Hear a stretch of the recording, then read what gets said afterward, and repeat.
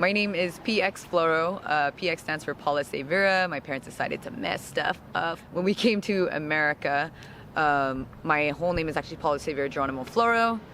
But when we came here, she's like, let's abbreviate their name. So most of my legal documents just say PXG Floro. Hence, it's the story of my life.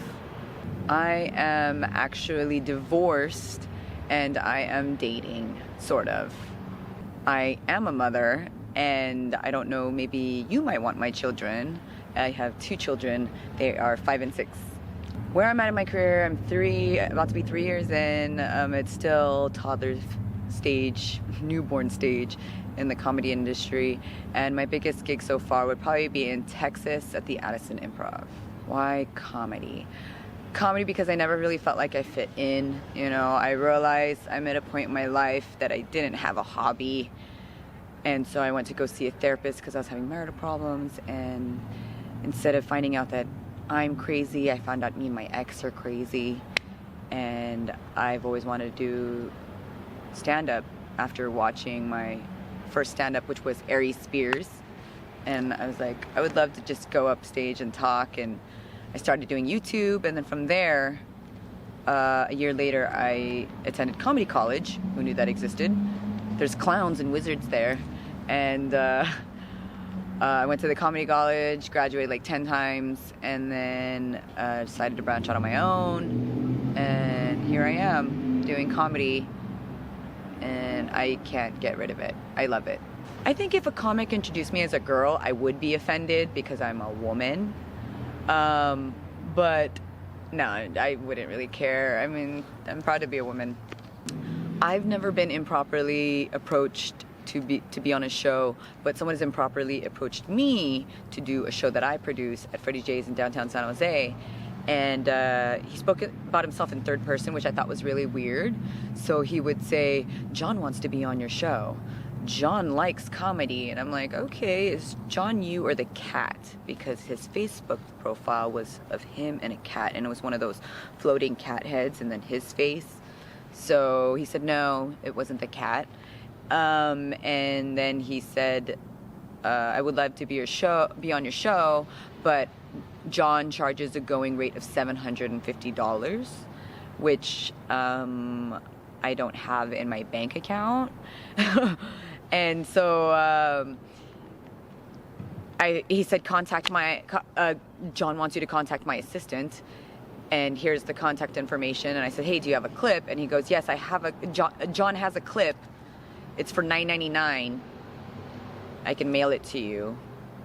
And then I asked if maybe, I don't know, if he can post something on YouTube, and he says, no, I charge $9.99 for my clips. So it'd be pretty interesting to meet that guy one day.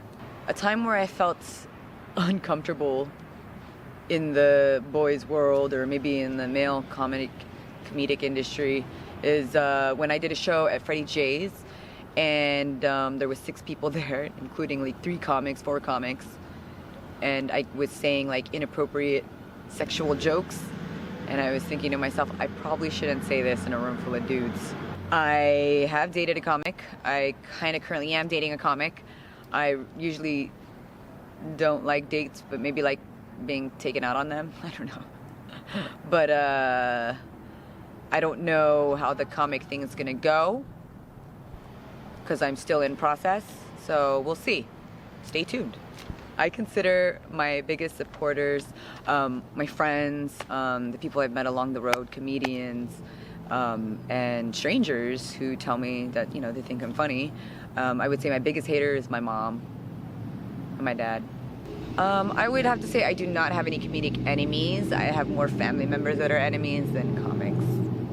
What inspires my comedy is my family, the life experiences I went through. I'm 31 years old, second divorce. First one doesn't count because they never found the body. I have 2 kids, same baby daddy, just in case you were wondering. And I want to tell a story about what I've gone through and the stories that people have told me, and will make people laugh. How I feel about other female comics is I adore, I love, and I admire all female comics. I think it takes a lot being a female comic in an industry where it's male dominated. So if you ever have the gut of wanting to do comedy, I always recommend everyone to do it, because you never know, you know, and I think laughter is the best medicine. And maybe one person might not think I'm funny, but there's always someone else that will. My favorite male comedian, I would have to say, is Robin Williams. He's one of my favorites. Joe Coy, my favorites. It's like oldie and newy, you know. And female comic, I'd have to say Margaret Cho. She's amazing. She's been doing TV for a while, and I followed her when she was doing American Girl. First road trip as a comic does not exist yet. The only time I've been able to do a road trip was I just happened to be visiting the town, and then I do a quick set. And I did a set in New York, and it was in front of comics. There was like 20 other comics in a room, and it was like a little small, like 12 by 15 room, and they pull your name out of a bucket. And but it was an amazing experience, because when I recorded my set, my cousin said that the comic next to her actually said, "Oh, she's actually funny," or funny. Challenges as a female comic, I think there's that stereotype where females comics aren't funny, and I want to break that cycle, and I think we should make a movement. All the females out there that are funny or think they're funny, just go out there, grab a mic, and do a show. What I love and what I hate about the industry is the competition, but it's always fun. That's what, I mean, you love it and you hate it, right? In the end, there's only one person standing.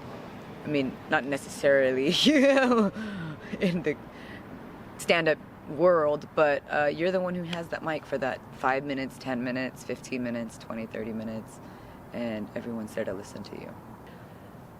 I would have to say a comedian can be funny and pretty. I'm not speaking about myself, but if I was, I think it's possible. And it shouldn't matter how they look, you know what I mean? They don't have to be pretty to be funny. So whether you're ugly or you're pretty, do comedy.